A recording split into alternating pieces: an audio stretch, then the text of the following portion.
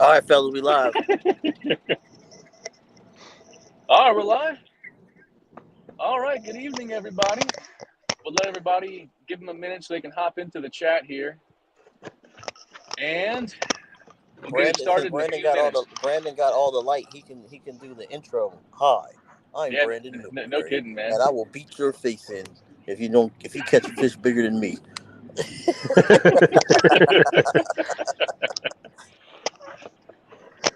He's a big teddy bear, man. I don't even know what you're talking about, dude. I'm glad He's you like, said hey, Oh. don't that. tell anybody. I'll just put this away since Steve saved me.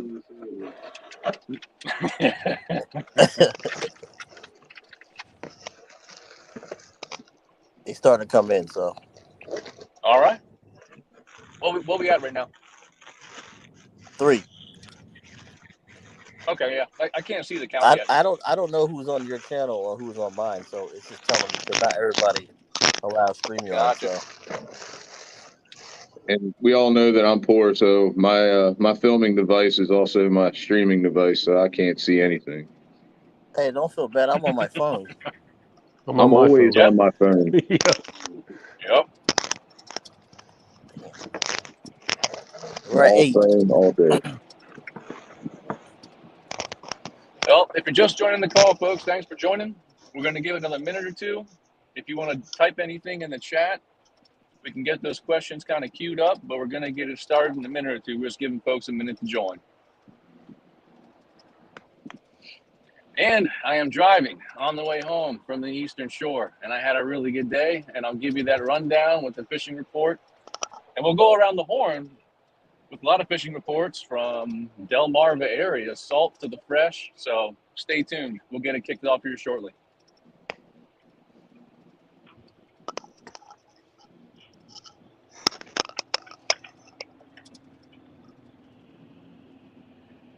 All right, Rashawn, what we got? Got 13. You started. Yeah, let's kick it off. Let's kick it off. All right. So good evening, everybody. Welcome to the Legion Live tonight.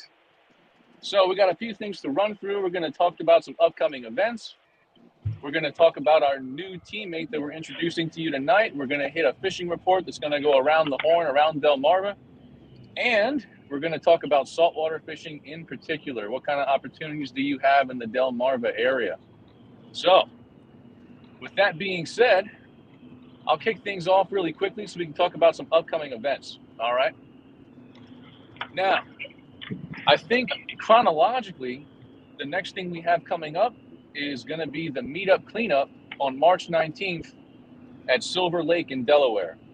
For the details, check out the Legion of Anglers Facebook page in the events section. And that's really shaping up to be a great time because out there we're going to have Orange 22, of course, David, our teammate. He also talked. We're going to actually bring in 302 fishing. We should have a great crowd out there. The one thing I want to make you all aware of, if you want to bring a kayak out there, you might not have seen the Facebook post yet. If you want to use your kayak at Silver Lake, you need to apply for a Silver Lake permit because they just put in a new boat ramp. So now they've instituted a kind of a permit fee to pay for that boat ramp. The form and the process that you have to go through to get that permit, all of that is on the Legion of Anglers Facebook page. So go and check it out. If you can't find it, let one of us know and we'll point you to it, all right? So after that, we have our cleanup coming up on April 2nd down in Virginia, where we're going to be down there and cleaning up on the Rappahannock River and then hitting the shad run afterward. And if you haven't fished for shad before, I didn't fish for shad until, geez, what was it? Probably 2019, 2018, 2019.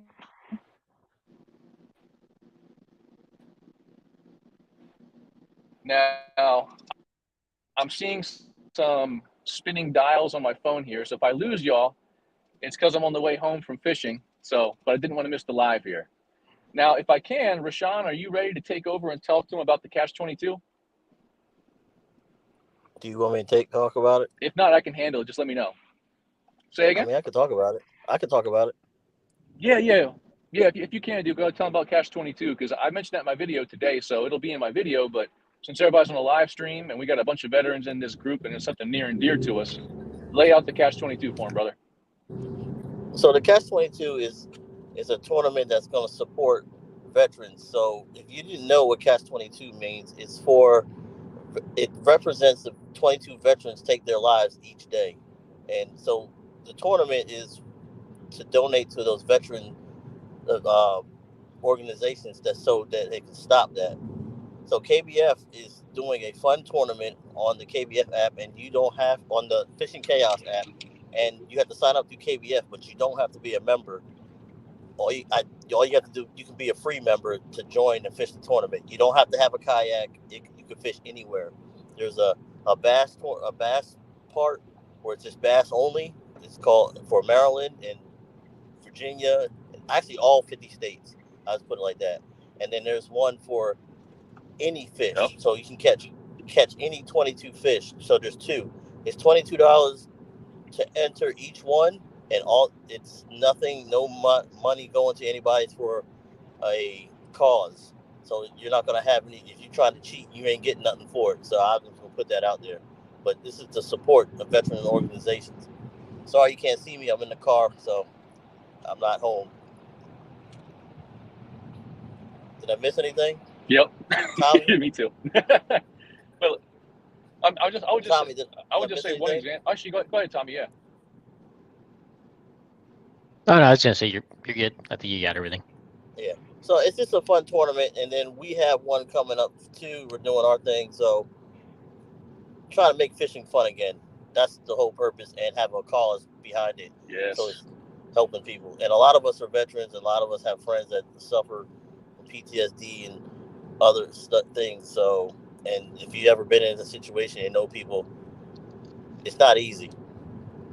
So these organizations are put in place for a reason, and I really can't really express it enough for y'all to sign up and try it.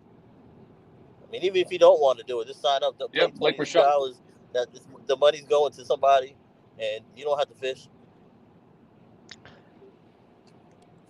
That's a great point. Like one of the organizations that they're partnering with. One of the organizations they're partnering with is Heroes on the Water, just so that you have kind of a gauge of who they're actually working with. So they're doing a lot of great work out there. And actually, one of the nice things with this, I think that hits most of the events, but I'm going to check the agenda really quickly. Go ahead, Tommy. I was going to say one of the nice things with this Catch-22, you don't have to worry about having the catch board or anything.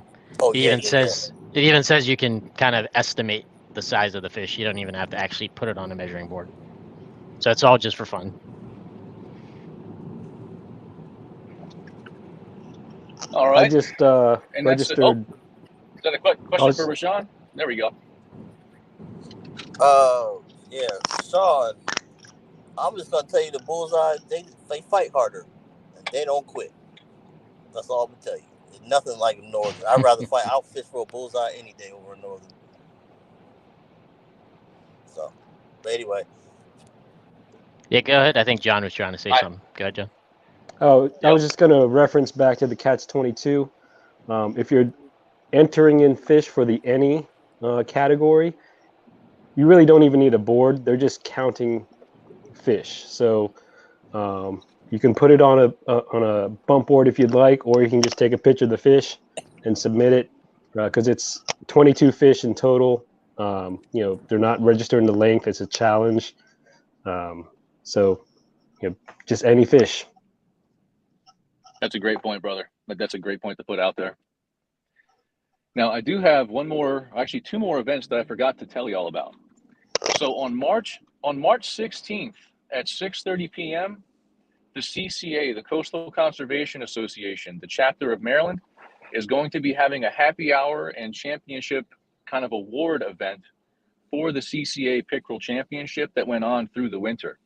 So definitely go to CCA Maryland, check out their website.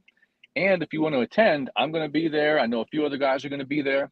It's going to be a great time to sit down and talk fishing and give credit to some guys who really put up some big numbers this year for that tournament. And the last thing before I pass this off is going to be an anglers event we have coming up. So I believe that's on April 3rd. Is that right, Rashawn? Yeah, so the angler event is the weekend event. So it's Mm-hmm. April 2nd and 3rd. It's get ready to kick off their Monster Snakehead tournament, which is on the April 4th. But we're gonna be there on the 3rd. And we will be there talking, Rashawn will be talking kayak setups, we'll be talking snakehead tactics, snakehead gear, all that jazz. And so if you want to come out, we got a lot of events going on that we're either going to be organizing or going to. So if you want to come out, whether it's helping clean up, helping support veterans, helping learn about snakehead and all these other fish, and just fishing in general, we got a lot to do, man. So, mark your calendars and come on out. Now, with all that being said, let's get to our new face, or kind of new face. You've seen him in here in a few of our other live streams, but I just want to introduce him really quickly, and that is Mr. John Goyena, Twofold Fishing. So, brother, what I want to do now is kind of hand the floor over to you.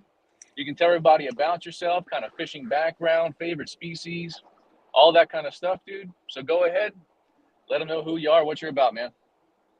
So, hey everybody! Again, my name is Jonathan Goyena. I run Twofold Fishing. As far as background, I just grew up on the East Coast. My dad was in the Navy, so grew up fishing on Navy bases up and down the East Coast, mainly saltwater, and it was really basic, just sinker, hook, and bait. So that's how I fished pretty much until about 10 years ago.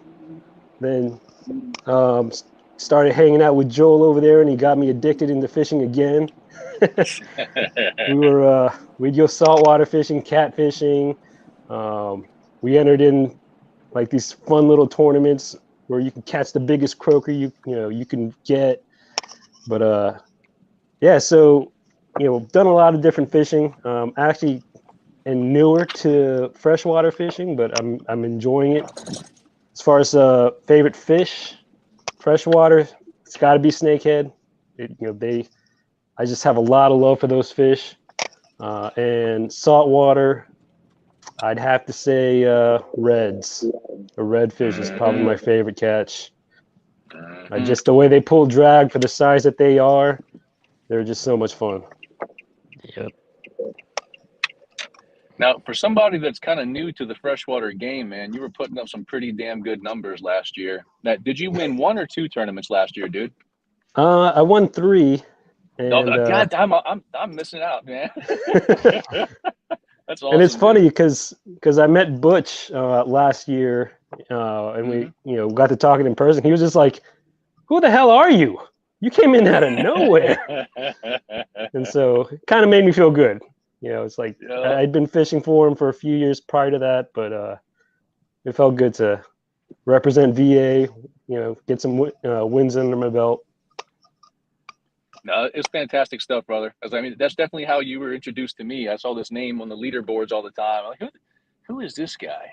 The nerve of this guy that I don't know out here winning all these tournaments. But yeah. Oh, man. Well, I don't want to cut you off. Do you have anything else you want to throw out there before we got to get into a fishing report and go around the horn? Nothing. Just happy to be a part of the team, and really excited to just talk to everybody on the on the boards. I'm always there to help. If any of you guys have any questions about fishing down in Virginia, more than happy to help. Good stuff, dude. So I think the next thing we'll do is get into a quick fishing report. So I'll kick things off, and then I'll pass it off to my brothers in Maryland, Virginia, and Delaware, because I think there's a few different bites going on in all these different areas. So I took a leave day today because I looked at the forecast for Saturday and Sunday, and it really depressed me. So I was like, yeah, I think I'm going to go ahead and try to make it out today. And I'm really glad I did. I got out there, went out, and I hit the Blackwater area, and it was a minnow bite. I threw some lures, but the minnow bite was pretty dang good.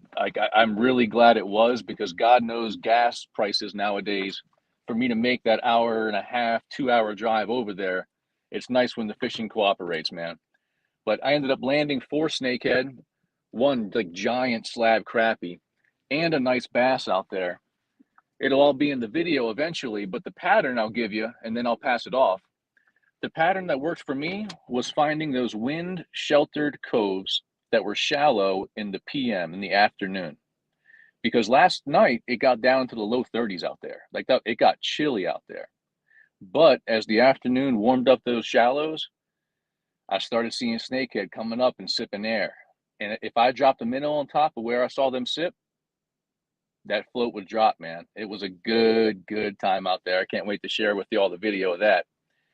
But for my other brothers in Maryland, and if we don't have anything else in Maryland, I know there's like maybe a perch run or 2, but anyone in Maryland been hearing anything that they want to put out there to the group? Because I know there's some fishing opportunities going around, because I'm seeing the pictures come up on social media.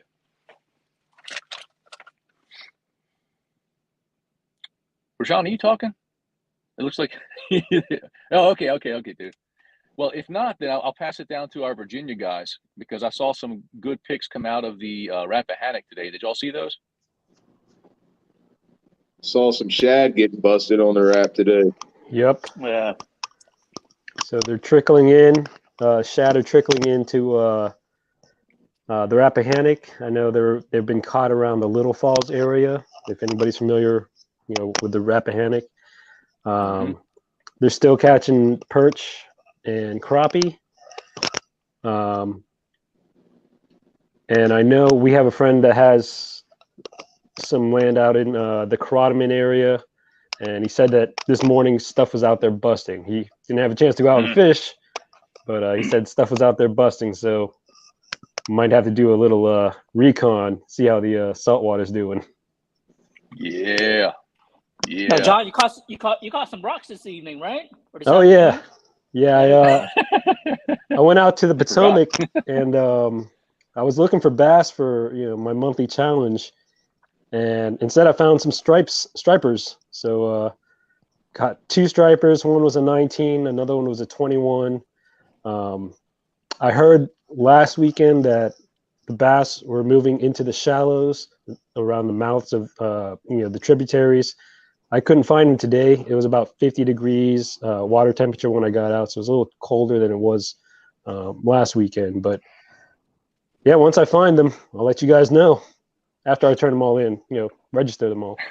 Yeah. What did you catch the stripers on, dude? Caught them on chatterbait. It was the chartreuse and white with a fluke trailer. Roger that. Yeah, me and Joe went out Saturday. We was going after panfish, and all I caught was rockfish. He found his dock. He found his dock, and they were just schooling up right there, right in front of the dock. And JR was just catching them all day, man. Nice sized ones too.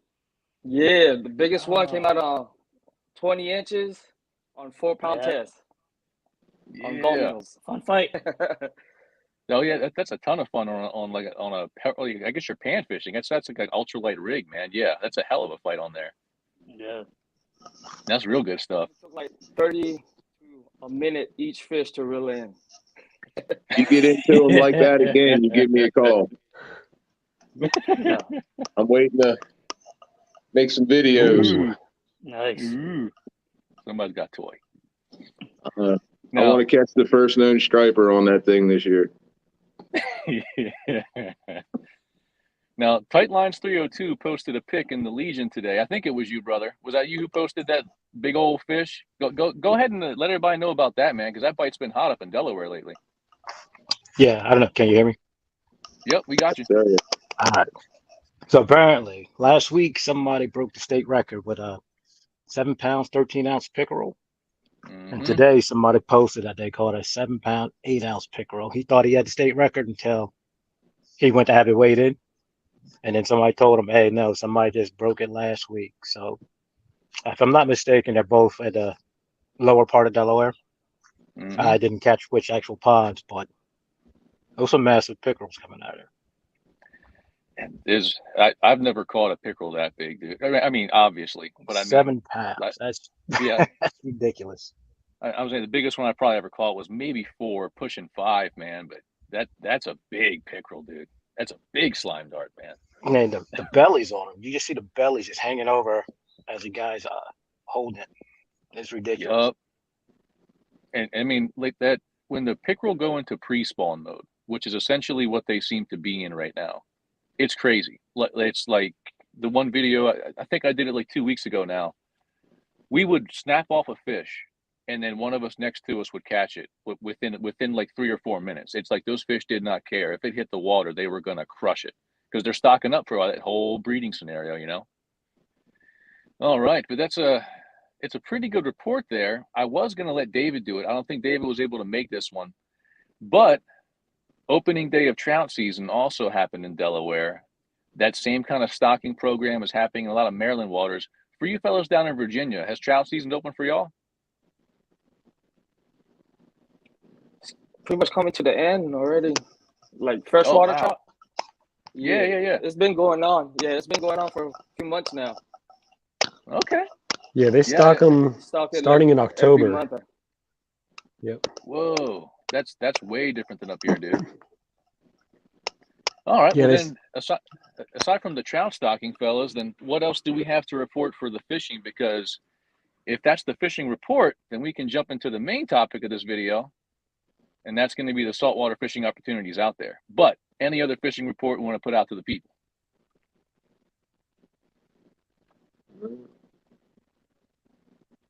Rodney, are you talking, brother? We can't hear you.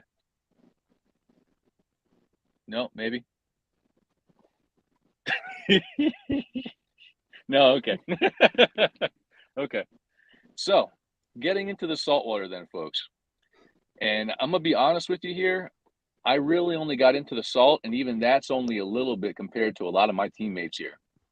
So, when it comes to saltwater fishing opportunities, I'm going to defer to my teammates here. And maybe Tommy can lead us off, dude, because Tommy, I know you love the salt too, dude. So you want to take them through some of the saltwater fishing you do around Maryland and the whole Delmarva area? Tommy, if you're talking, I can't hear you, brother. Or maybe I'm the problem. No, I can hear you. Okay. Technical difficulties. Well, while Tommy troubleshoots that, John, you want to go ahead, John? Sure. All right, man. Yeah, so I fish with Elmer and Joel.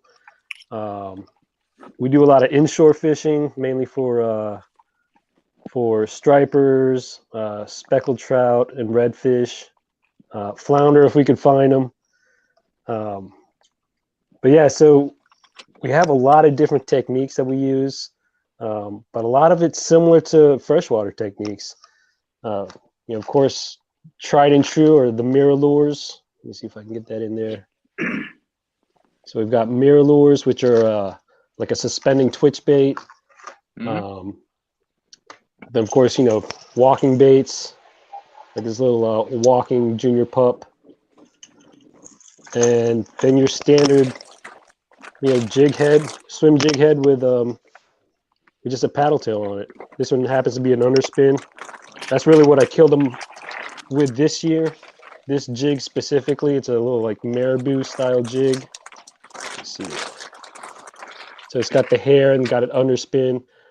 It's 1/4 ounce, and I was just killing them this year with that. Let me see. Also, A-rigs. We troll as well as cast. So trolling with A-rigs, kind of like an umbrella rig, was really successful for me this year. Yeah, but I'll let JR and Joel chime in because I'm sure they've got a lot of other experiences as well. Yeah, last year was secret sauce, baby. That's all you secret need. Sauce right there. Yeah, going back to this year though, we really hit the saltwater last year. Caught a lot of PBs out there, and learned a whole different game of topwater on saltwaters. Whole different story. I mean, we all love snakeheads, but topwater bite is another story, guys. I'm gonna drop a video tomorrow, and that's just like a little teaser, but it's there. I've been looking forward to that, man. That's how I found you back in the day, Elmer, was looking at the 808 Snakehead Hunter, those videos that you've been filming down there in Virginia, man. That's how I found you way back when, man. But yeah, those gator trout that you were getting on topwater last year, dude, that was nuts because they were fat. Those fish were thick, man. Yeah, all on spooks as well. So we talked about the lures for saltwater, right? Let's see. Without giving away, maybe it's not possible. Without giving away like your favorite kind of honey holes, man. What kind of areas would you direct people to if they want to get into that kind of kayak game for the sea trout and the reds and the striper and all that? South. Yeah, South. I'd say, yeah, right. Yeah. So typically, we here in Fredericksburg, Stafford area, we have to drive down south, right? So maybe about an hour and a half from us, but to us it's worth it because we don't get those type of fish over here. Mm-hmm. So the further south you go, the more saltier it is. So the more saltwater fish you're gonna catch. Like JR and Jonathan said, we catch rockfish, trout, flounder, red. There's all kinds of fish out there where we go. But the area we fish at, it's a pretty large area. I mean, it's huge. You can fish this damn thing probably a week. You probably won't even touch all of the area. But the way my technique is, I usually troll from get one place to the other. So you're trolling, right? You're not wasting your time, because from one place to another, it'll take you about, I don't know, 15, 20 minutes. You don't want to waste your time just trolling. So what I'll do is I'll have like two or three poles going out the back, and I'm just riding, right? Once I get to my spot, I'll reel all my trolling poles in, and I'll start casting the docks and stuff. Mm-hmm. Now this so on the secret. This is what I use right here. Oh, right there. Is that Z-Man? What is that? Z-Man. That's it. And what I showed you guys earlier. Secret sauce. Procure. Gotta have the sauce. That's all you need. If you don't have the sauce, what was not the fish bites, the other ones. The gulp? Gulps. Yeah, gulps work really well. Yep. Good deal. Caught my biggest reds this year on gulps. It was just blew my mind. Now, what gulp models were you using? Were you using like a swimming mullet, or what were you using? Yeah, I've got I had the swimming mullet. At the time I was using the 5-inch, the really fat one. It was chartreuse, but I've also purchased some of the it's like a twin tail color, or it's a twin tail style, and it's got it's like red and yellow, and that one was killing it as well this year, or this past season for us. Good deal. Now I see Rashawn just threw up that comment from Grippin' and Rippin' Fishing, and that's Trey over there. If y'all don't know Trey or Grippin' and Rippin' Fishing, check him out on Instagram. Good guy. We hit the water last year for snakehead. We're going to go for a redemption trip this year because it got too windy that year. But what was he saying, Rashawn? He was seeing the redfish. Where was that? I missed that comment before I was able to read the whole thing. See, in the creeks coming from the bay over in Delaware, from Delaware Bay. Yep. And I mean, if you go to Southern Maryland, and I mean like Southern Maryland on the eastern shore, and actually in some of the creeks on even the western shore of Southern Maryland, you can get into the reds and sea trout later in the year. But of course they're going to hit Virginia before they get to us because it's warmer in Virginia before it gets warmer here. So, I mean, Maryland has your opportunities too. So on that note, Tommy, do we have you with good audio yet, brother? Hey, we got you, dude. All right, man. All right, go ahead, dude. Yeah, so the opportunities you can fish salt right now up here are it's going to be, jigging for rockfish or striped bass. I'm not going to say too many locations because I'll probably get some flack for that. But I'll say warm water discharges. You can find them also, and combing with your electronics on, channel edges and stuff like that, mouths of rivers and such. You can use stuff like here we got it. BKDs. It's probably one of my favorites. This is on a GI jig. This is actually the 10-inch one. There's the 6-inch one. You can also use. That's one of my favorites for the snap jigging, man. Those BKDs, they work fantastic. Yeah, they fall really fast. That's kind of what I like with them, especially because they're hard on the bottom. But you can also use the same diesel minnows. Have the bigger ones too, but these do tend to ride a little high just because of the paddle tail on them. But you can also troll in your kayaks too. With do I have any jerk baits? Like some of the hard plastics, like these right here. Yeah, it's actually a deep diver. You can troll some open water for them, and at some point they'll be further north when well, actually they're going to close the season actually, so I don't know how that's going to work out. But right now, a big bite right now is because the migratory fish are coming up north right now, is trolling, but you're going to be doing it from a boat, so be trolling these big parachutes. Good Lord. Yeah, this thing's huge. This is like a 9-inch shad on a. That's a Brandon size bait right there, man. I haven't trolled in a while. I'm gonna do it this year. You can get these big ass umbrella rigs here too. You guys can see that. Oh yeah. Yeah, this is actually a Chesapeake rig. I think Alan Batista makes these. Yeah, they look familiar. Yeah, you can see he's got the little bucktails there on it too. But yeah, actually, I'll troll. Right now, you can only troll, I think, 6 rods, but you have to crimp all the barbs on your hooks. But then when the season's open, you see some crazy trolling spreads, like 36 rods. I think I trolled 14 rods on my boat at one point. But then I learned how to jig, and I fell in love with jigging, so haven't done it in a while. I kind of wonder how popular the trolling game is going to be this year with gas prices, man. I know, right?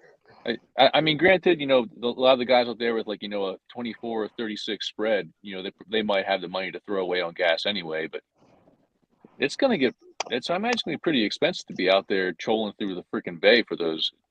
Yeah, I don't know, man. I'm glad I have a kayak. Put it that way. I'm glad I have a kayak, dude. And actually, with the season starting later, it's a lot tougher. Yeah. You have a lot of trouters even getting the skunk. Which is.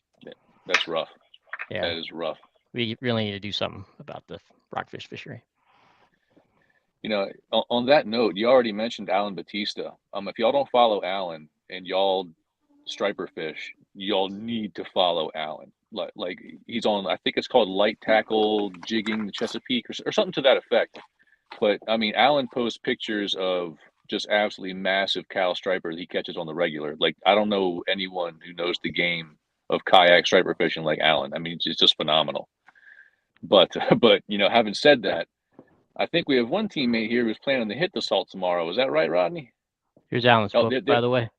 Yep, look at that. There's look Alan's at that book rockfish. right there. Thanks, and I mean, that rockfish is not out of the ordinary at all for what Alan does. I mean, like he's incredible, absolutely incredible. Yeah, I highly recommend his books. Actually, if you're getting into fishing, they're actually really, really good books. Now, Rodney, can we hear you, dude? I don't know. Can you? Yeah, we can, man. Now, actually, did you say you're heading to the salt tomorrow? No, I actually went out today. Just did some pier fishing. I said one of my goals this year was to do a little more salt water. So I took the day, went out with a couple buddies, just went out on the pier. I caught about 4 stripers, tons of white perch. I get tired of catching white perch. But they were there. Nothing special, just, bloodworms. That's what they were hitting on. I was throwing bloodworms and some squid, but everything was hitting on the bloodworms. Yeah. Now, how much like that? I'll say, how much were you paying for a dozen bloodworms, man? It was ridiculous. It was $15.95 a dozen. Good God! And oh my God, they weren't even big. They weren't even big. Those things are getting more and more scarce, man. I can't believe the prices you got to pay for bloodworms nowadays. It's fish bites, nuts, man. Fish bites. Fish bites. Yeah, I will say this. Gotta be. It's got to be warm though. I will say this though, some of the people I was fishing with, they had massive bloodworms, and they all got theirs from, Smith's Bait Shop, who's sponsoring our cleanup next week. So I didn't know that. But all right. So if y'all in the Delaware area, check out Smith's Bait and Tackle, man. Apparently they got the nice big fat blowworms. If you're going to be spending money on blowworms, get some good ones, man, because God, you're going to pay for them. They were massive. They were ridiculous. I was like, wow. Now, so we hit a little bit of Virginia, Delaware, and Maryland for the salt. Now let's get into a little bit more of the specifics on the gear, fellas. And we talked a little bit about this, me, Rashawn, and Joe last night. Tell us about how to care for your gear when you're saltwater fishing. What's your routine? So I'm gonna be straight up honest. Saltwater fishing this year for me was kind of like redheaded stepchild fishing. I was taking gear that wasn't necessarily on its last leg, but was stuff that I didn't mind getting worn out. Because that's just the name of the game with saltwater. Regardless if you have saltwater rated gear, salt's going to get in it and will start eating away your stuff. So I had I had a handful of spinning reels that been sitting around, haven't been fished with in a while. So those were my go-to this year or last year. But this year I picked up the Daiwa BG 2500, as well as the 13 Fishing TX2 Concept TX2. So the Daiwa BG, has been around since like 1980. So it's been around for 40 years. Wow. And from what I hear, the design hasn't changed. It's just that good of a design. And I have a buddy that runs the Rappahannock Fishing Report.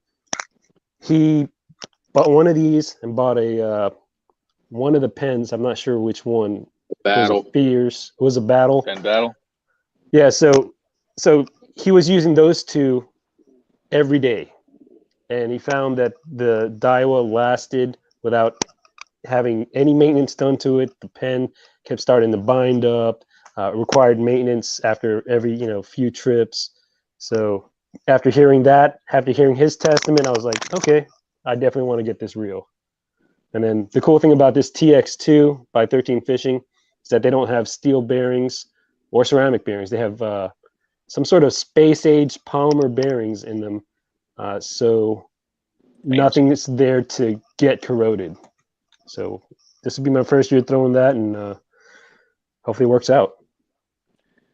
Brother, if you can drop a few links to those reels in the chat, man, I don't know if you can or not, but if somebody could, that'd be great, because if they're working that well and holding up, because when I got back to Maryland, because when I came back from Georgia, it was my last duty station. When I came back to Maryland, I started fishing striper really heavy. I don't know why. It just happens. I started fishing the Severn River a lot.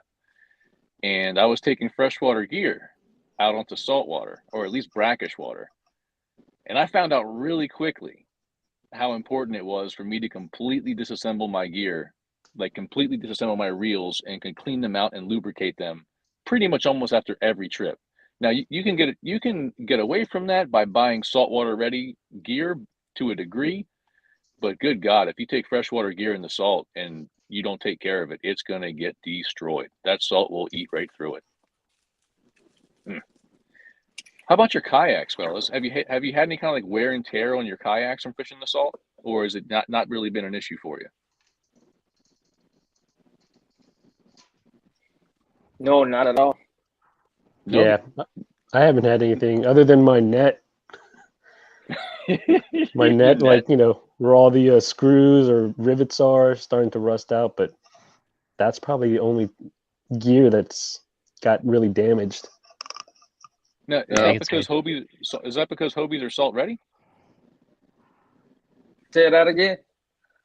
Is that because the Hobies are salt ready?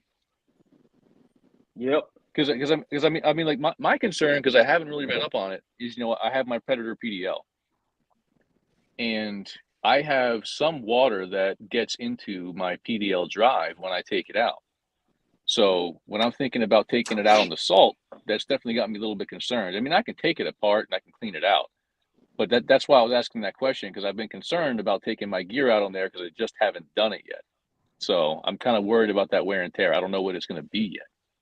So I've got a Predator PDL as well, and I have no issues. I haven't had any issues yet with the drive. I did. That's good to hear. You're probably familiar with the issue of some of the drive kind of walking itself loose. So I had that issue earlier in the season. I fixed that, and that was probably around July. And since then, I haven't had any issues. All I do is rinse it off as soon as I get home. I don't go into the internals, and I haven't had any issue with it. It's still smooth.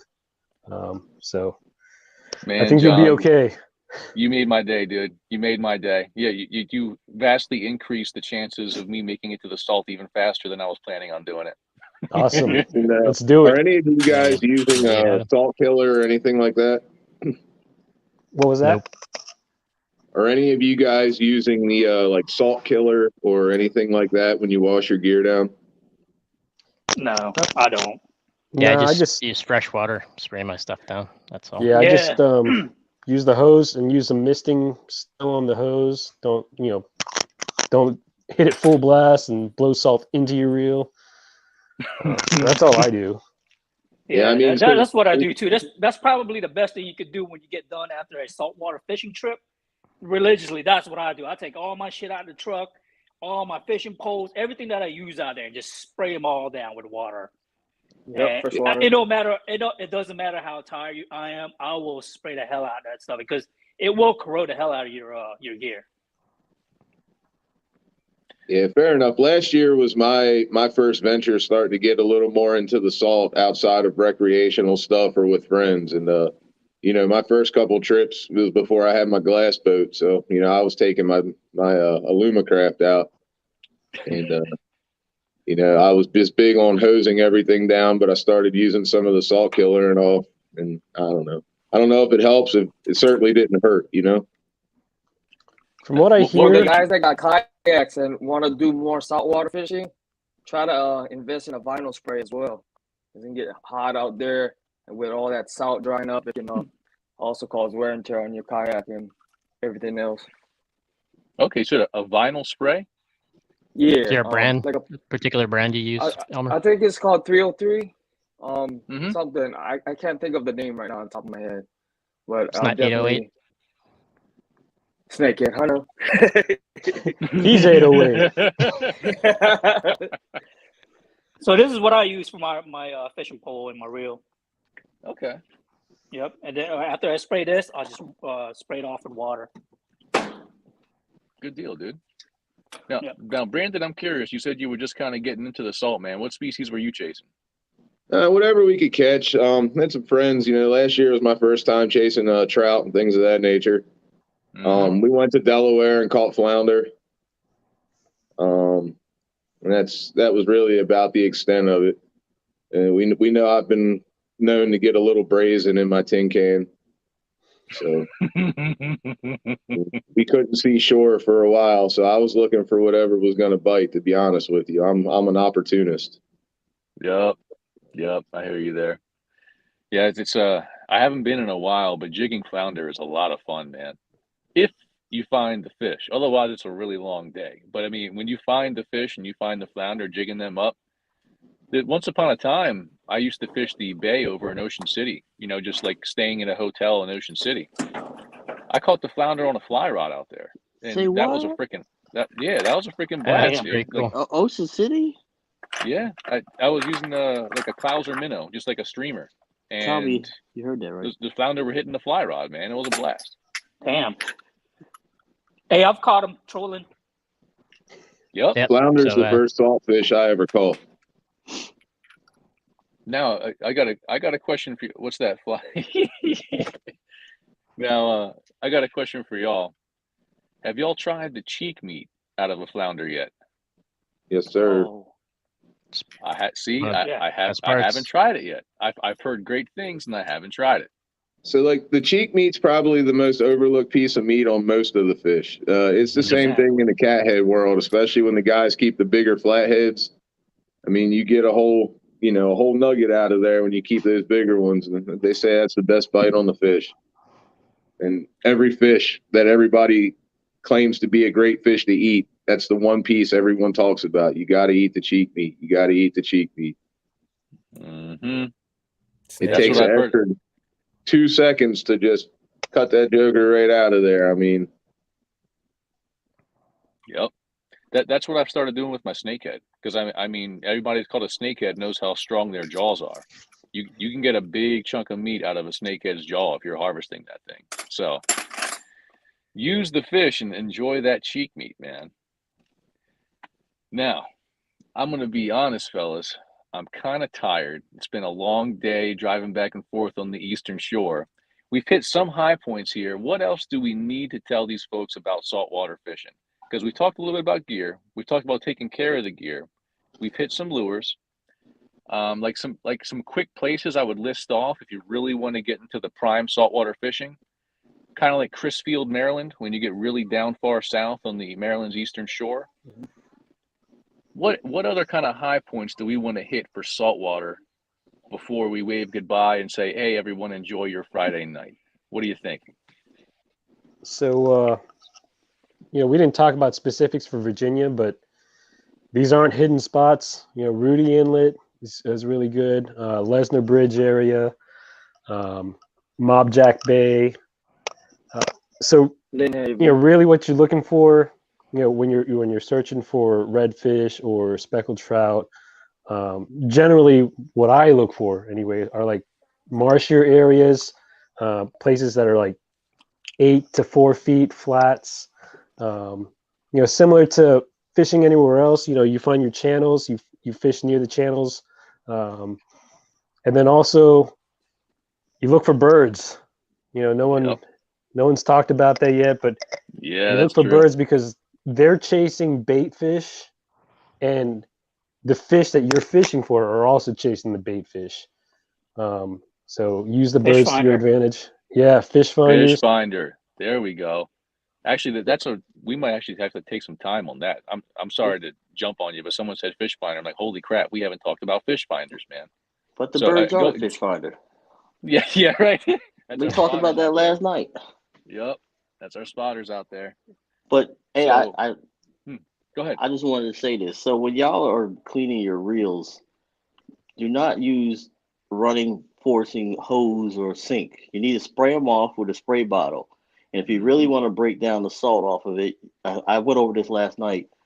Distilled white vinegar mixed with water. Yep. Will help. Okay. If you take care of your stuff, you won't have a problem. I'm just telling you. I still got the same reel from when I was like 1980. Because you won't catch it on it. Hey, loser. Be quiet.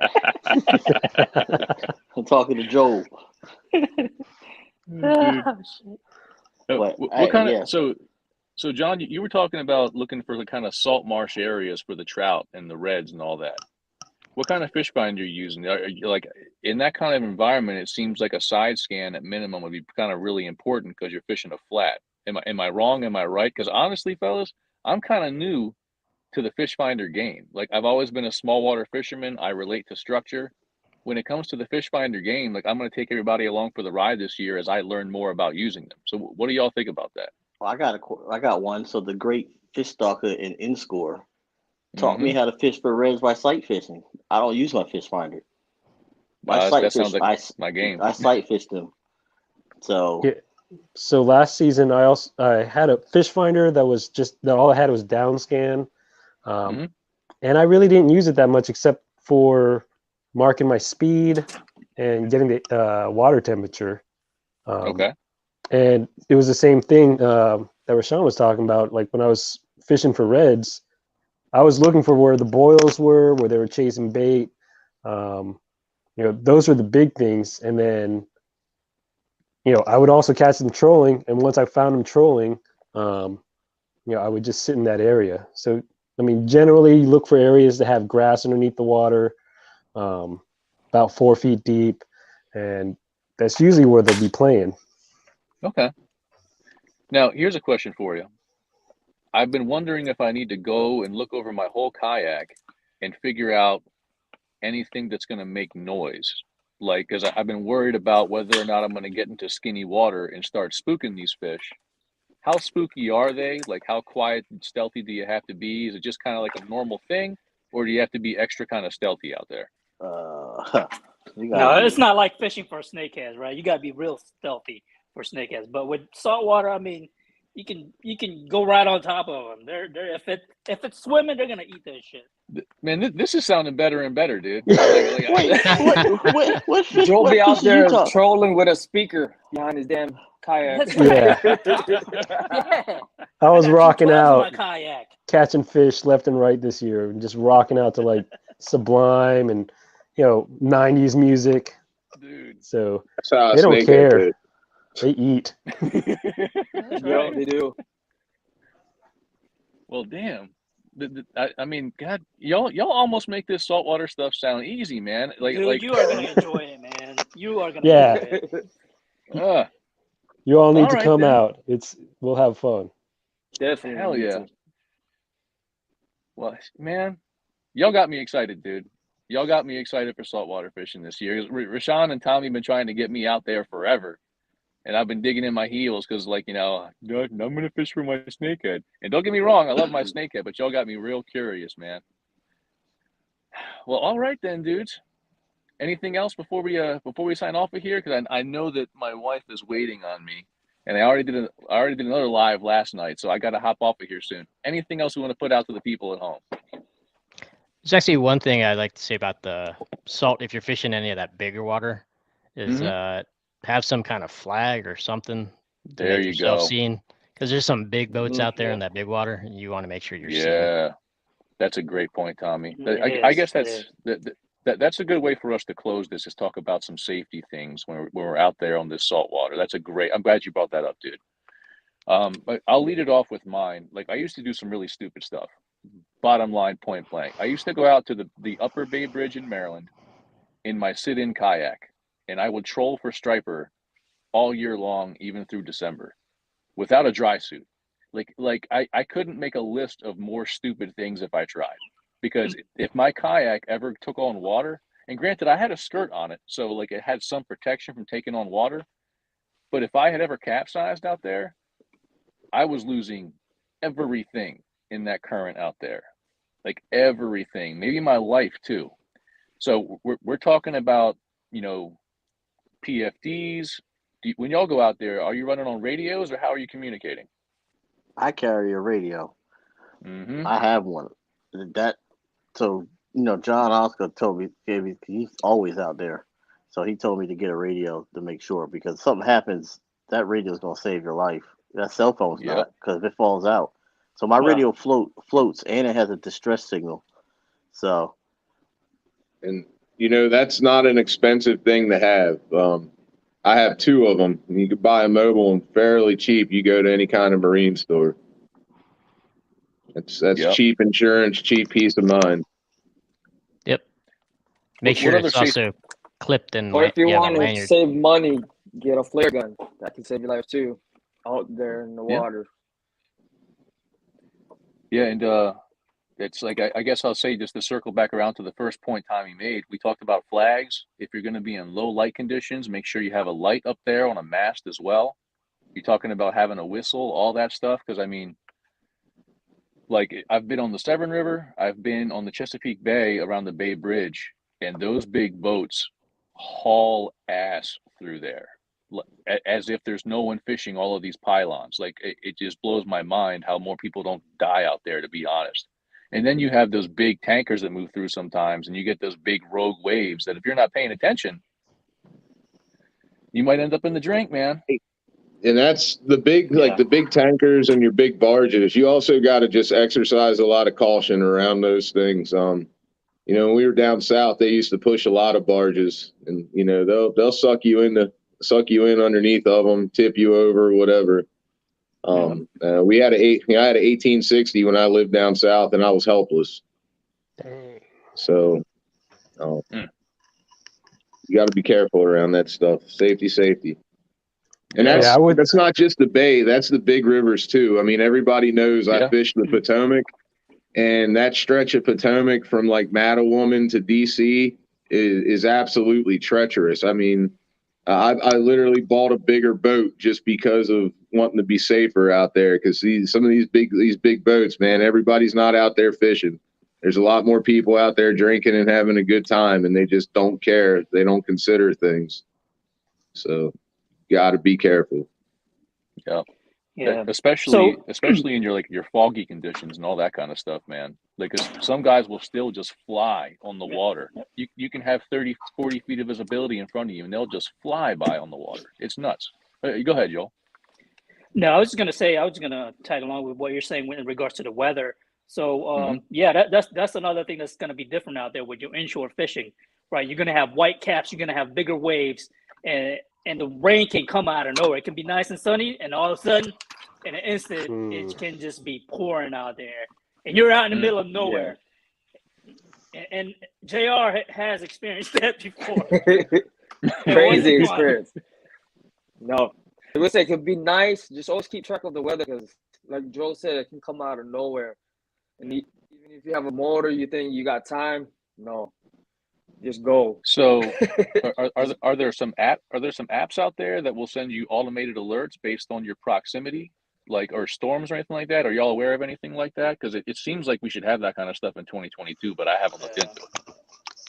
You can usually go online and you could see the at least the radar, but I don't know about any like alerting.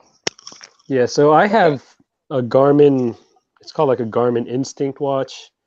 So a smart watch, and it tells me, I have it set up so that it'll tell me if there's a storm coming nearby.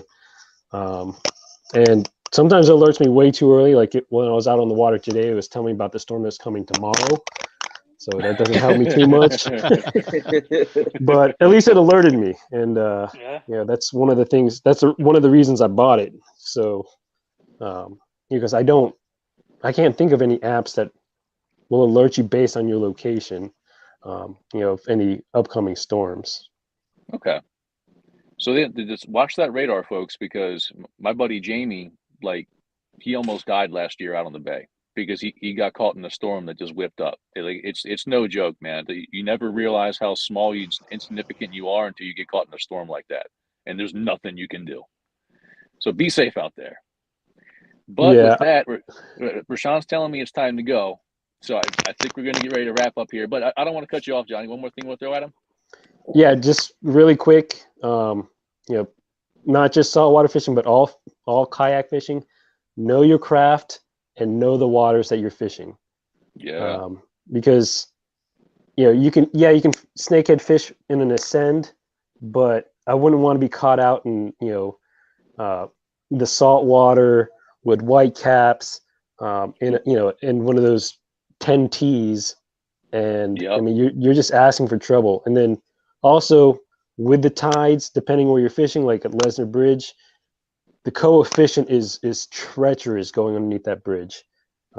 Again, I did it in an Ascend 12T, a few years ago. Would I do it again? Probably not. Now that I have the Old Town, I feel a lot more comfortable being out there.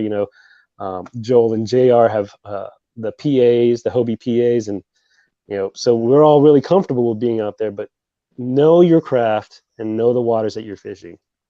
Great point, dude. Yep. Great point. And like rough big water is not the time to learn your craft. You want to know it before you get out there. Yep. All right, great point. I think that's a great end point, man. Rashawn, you ready to go? Got any questions we need to answer real quick, or are we good to go? Roger that. All right. Well then, folks, thanks for joining, and we will see you on the next Legion Live. Y'all take it easy.